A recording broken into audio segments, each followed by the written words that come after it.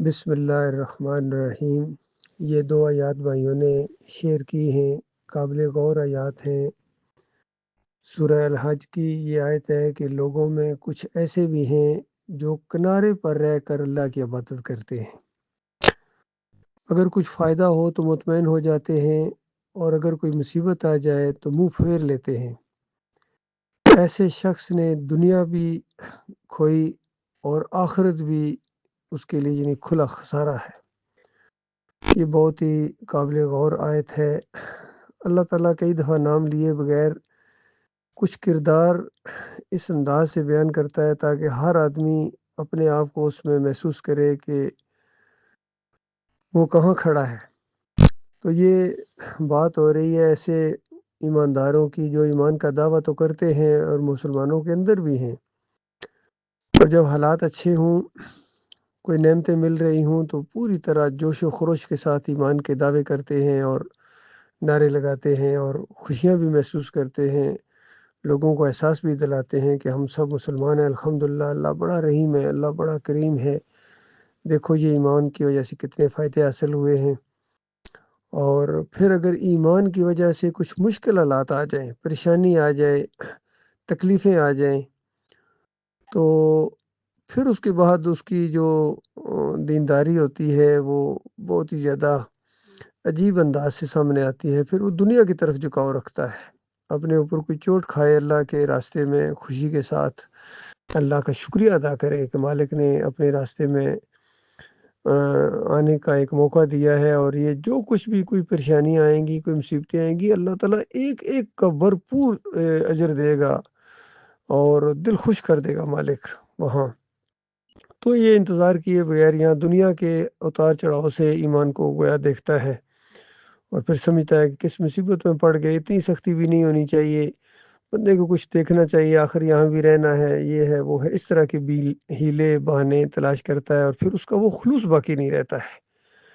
یہ وہ انسان ہے جس نے اپنی دنیا کے اندر جو نیکیاں کمائی تھی وہ بھی گئیں، اور آخرت میں بڑے خوفناک خسارے کے اندر یہ ہوگا، بڑی تکلیف میں ہوگا، بڑی مصیبتوں میں ہوگا۔ وہ بڑی بڑی مصیبتیں جب اس کے اندر آئیں گی، اس کے پاس آئیں گی، تو اس وقت اس کو ہوش آئے گی کہ کاش دنیا میں وہ تھوڑی بہت مصیبتیں برداشت کر لیتا، خلوص پیدا کرتا، تو آج یہاں یہ ان مصیبتوں سے سابقہ نہ پڑتا ہے۔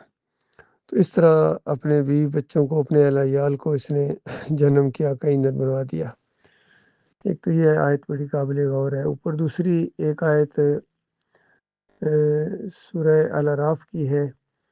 اس میں فرعون کا ایک قول نقل ہوا ہے کہ جب وہ جادوگر مقابلے کے لیے آئے، حالانکہ پہلے بڑے انعام لینے کے چکر میں تھے، فرعون سے کہا کہ اگر ہم جیت گئے تو انعام تو ہمیں ملے گا۔ فرعون نے کہا کہ کیا کہنا تمہارے انعام کا، وہ انعام و اکرامات تو ملیں گے، اس کے علاوہ تم میرے مقربین میں سے بالکل خاص جو ہوتے ہیں حکومت کے لوگ، کابینہ کے لوگ، یا پارلیمنٹ کے لوگ جو ہوتے ہیں، تم اس کے اندر شامل ہو جاؤ گے، گویا آج کے لحاظ سے M N A M P A تم بن جاؤ گے، اس طرح میرے مقرب ہوں گے۔ لیکن جب انہوں نے دیکھا کہ یہ جو موسیٰ علیہ السلام کا معاملہ ہے یہ کوئی سحر نہیں ہے، یہ تو اللہ رب العالمین کا معاملہ ہے، اس کے پیچھے جو طاقتیں ہیں، جو قدرتیں ہیں، اور جو باتیں یہ کر رہے ہیں جس انداز سے، اور ڈراوا بھی دے رہے ہیں کہ اگر بات نہ مانی اور مقابلہ کیا حق کا تو تمہیں اللہ سخت عذاب دے گا۔ تو اس طرح ان کے دل کے اندر یہ بات اتر گئی، اور وہ ایمان لے آئے، انہوں نے موسیٰ علیہ السلام کی دعوت کو قبول کر لیا۔ تو فرعون نے جھنجھلاہٹ کے ساتھ اور بڑے غصے کے ساتھ یہ فقرہ بولا کہ تم میری اجازت کے بغیر، یعنی میں تمہیں اجازت دیتا اس سے پہلے تم اس شخص پر ایمان لے آئے، اس کی بات کو مان لیا۔ اور پھر بڑی شاطرانہ انداز سے بولا کہ یہ ضرور کوئی تمہاری سازش ہے جو تم نے اس شہر میں ملی بھگت کر کے بنائی ہے تاکہ تم یہاں کے رہنے والوں کو یہاں سے نکال باہر کرو۔ اچھا تو تمہیں ابھی پتہ چل جائے گا۔ اس طرح بڑی دھمکی اس نے دی، اور دھمکی بھی یہ تھی، اگلی آیت میں پھر آ رہا ہے کہ میں تمہارے ہاتھ پاؤں مخالف سمتوں سے کٹواؤں گا، یعنی اگر دایاں ہاتھ کاٹوں گا تو بائیں ٹانگ کاٹوں گا، یا بایاں ہاتھ اگر کاٹا تو دائیں ٹانگ کاٹ کے تمہیں کھجور کے بڑے تنوں کے اوپر سولی پر لٹکاؤں گا، پھر جس طرح چیخ چیخ کے تمہاری جان نکلے گی اور عبرت بنو گی دنیا والوں کے لیے، پھر تمہیں پتہ چلے گا کہ میرا عذاب سخت ہے۔ یا جو موسیٰ یعنی ڈراوے دے رہا ہے کہ آگے جا کے تمہیں، وہ آگے کی بات کون جانے، ابھی یہاں دنیا میں تمہیں پتہ چلے گا کہ کس کا عذاب سخت ہے اور حق پر کون ہے۔ اس انداز سے فرعون نے یہ معاملہ کیا۔ تو عام طور پر لوگوں کے ذہنوں میں یہی آتا ہے کہ یہ اس دور کی بات ہے، بس ایک واقعہ پیش آیا ہے۔ آج کل کے دور کے اندر ایسا معاملہ نہیں ہے، ایسی سوچ نہیں ہے۔ جس کا دل کرے ایمان لائے، جس کا دل کرے ایمان نہ لائے، کوئی اتنی زیادہ سختی نہیں کرتا ہے۔ لیکن یقین کریں اس دور کے اندر بھی میں نے یہ چیزیں دیکھی ہیں کہ بالکل فرعونیت ہے، اور الفاظ کے اندر تبدیلی ہو سکتی ہے، کچھ انداز کے اندر تبدیلی ہو سکتی ہے، لیکن بالکل فرعونیت والا انداز ہے۔ جب میں نے 7 پنجاب ریجمنٹ کے اندر ایمان کی دعوت دی، توحید کی جو دعوت میرے تک پہنچی تھی، ڈاکٹر مسعود الدین عثمانی رحمۃ اللہ علیہ کی کچھ کتابیں اور ایک کیسٹ، تو دل کے اندر یہ ایمان اتر گیا اور پوری بات سمجھ میں آ گئی کہ یہ سارا معاملہ کیا ہے۔ دنیا میں جو مسلمانوں کے ساتھ ذلت اور خواری ہو رہی ہے، اور اپنی قوم بھی جس دلدل کے اندر پھنسی ہوئی ہے، اور جس کا رونا یہ قوم کے بڑے بڑے رو رہے ہیں، اس کا اصل مسئلہ تو شرک کا معاملہ ہے۔ انہوں نے اللہ کے بندوں کو داتا، دستگیر، مشکل کشا، حاجت روا، غریب نواز بنایا ہے، ان کے مزار بنائے ہیں، مورتیوں کی طرح ان کو پوجتے ہیں، چڑھاوے چڑھاتے ہیں، دیگیں چڑھاتے ہیں، چادریں چڑھاتے ہیں، عرس اور میلے بالکل اسی طریقے سے کرتے ہیں جس طرح کافر اور مشرک قوم کرتی ہے۔ تو اسی وجہ سے ان کو 71 کے اندر بھی ذلت کے ساتھ شکست ہوئی ہے، کیونکہ انہوں نے وہاں نعرے حیدری یا علی مدد لگائے تھے، اور ترانوں کی وجہ سے جنگ جیتنے کی کوشش کی تھی، گانے بجانے کی وجہ سے۔ اور اس سے پہلے 65 کے اندر جو معاملہ ہوا تھا، تو وہاں اس کے بعد اعلان کیا گیا کہ یہ نور جہاں کے ترانوں کی وجہ سے جنگ جیتی گئی ہے۔ لاہور والے نے بچایا ہے اس سیکٹر کو، اور بری امام نے بچایا ہے، اور 7 والے نے، اور کیا کیا شرک کے انداز اختیار کیے گئے۔ تو ابھی چند سال بھی نہیں گزرے کہ اللہ تعالیٰ نے بہت ذلیل و خوار کیا کہ ان کے سارے ترانے بھی موجود تھے اس وقت، ان کے بابے بھی موجود تھے، ان کے جتنے نعرے تھے، یا علی مدد، یا رسول مدد، وہ سارے کے سارے موجود تھے۔ اس کے باوجود ان کو ذلیل و خوار ہونا پڑا ہے۔ تو یہ ساری باتیں کھل کے جب سامنے آئیں تو بالکل سب کچھ یہاں ہو گیا اللہ کی فضل و کرم سے۔ تو میں نے اس بات کو قبول کیا، اور بات چونکہ بالکل دلائل کے ساتھ تھی، قرآنی آیات کے ذریعے، حدیث کے ذریعے، صحابہ کے واقعات کے ذریعے بات ثابت کی گئی تھی۔ تو بتائیے اس معاملے میں کیا کسی سے مشورہ لیا جاتا کہ اتنی زبردست بات میرے سامنے آئی ہے، مانوں یا نہ مانوں؟ میجر صاحب آپ کا کیا خیال ہے؟ کرنل صاحب آپ کیا کہتے ہیں؟ یا جنرل صاحب آپ اجازت دیں میں؟ یہ تو انداز ہو ہی نہیں سکتا، نہ کسی گھر والوں سے پوچھنے کی ضرورت تھی، نہ اپنے رشتہ داروں سے، دوستوں سے، بلکہ اس کو دل کی گہرائی نے قبول کیا۔ اور یہ بات تو پھر بتانے کے لیے میں اپنے قریبی لوگوں کے پاس گیا ہوں، اور خاص کر کرنل نجم الحسن ملک سے بات چیت ہوئی، افسروں سے بات چیت ہوئی، تو کرنل صاحب کو اسی طرح غصہ آیا، یقین کیجیے جس طرح فرعون کو غصہ آیا تھا کہ ارشد میرے پوچھے بغیر تم نے یہ معاملہ کر دیا، کم از کم میرے سے تو پوچھتا۔ بالکل وہی انداز تھا، فرعون والا انداز تھا، یقین کیجیے۔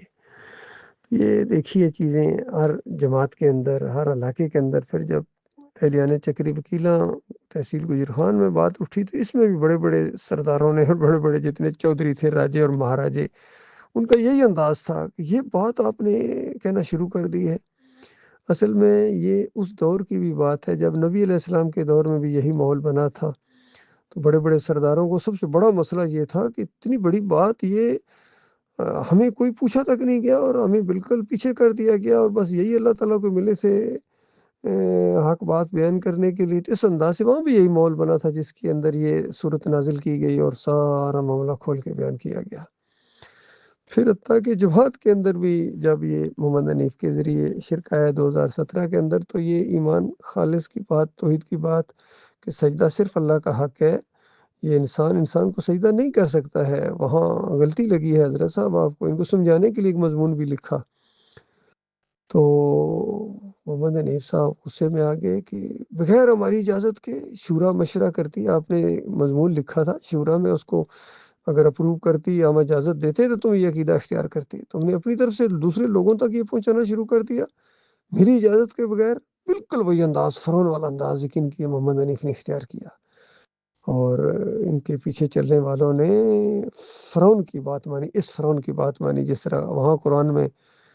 اس فرعون کا ذکر ہے کہ فرعون نے گویا قوم کو ہلکا پایا اور قوم نے اسی کی بات کو مانی اللہ کی بات کے مقابلے میں۔ یہاں بھی قرآن اور حدیث کی مقابلے میں اور موحد عالم دین کے مقابلے میں اس جماعت والوں نے، خاص کر عبداللہ عمر درانی نے، منور سلطان نے، قاری خلیل الرحمان نے، چودھری اشرف نے اور حکیم رمضان نے، اور جتنے تھے یہ، چاہے شمیم صدیقی ہوں یا لاہور میں سہیل ملک ہوں، کرتے دھرتے تھے جماعت کے۔ انہوں نے، سہیل خان بھی،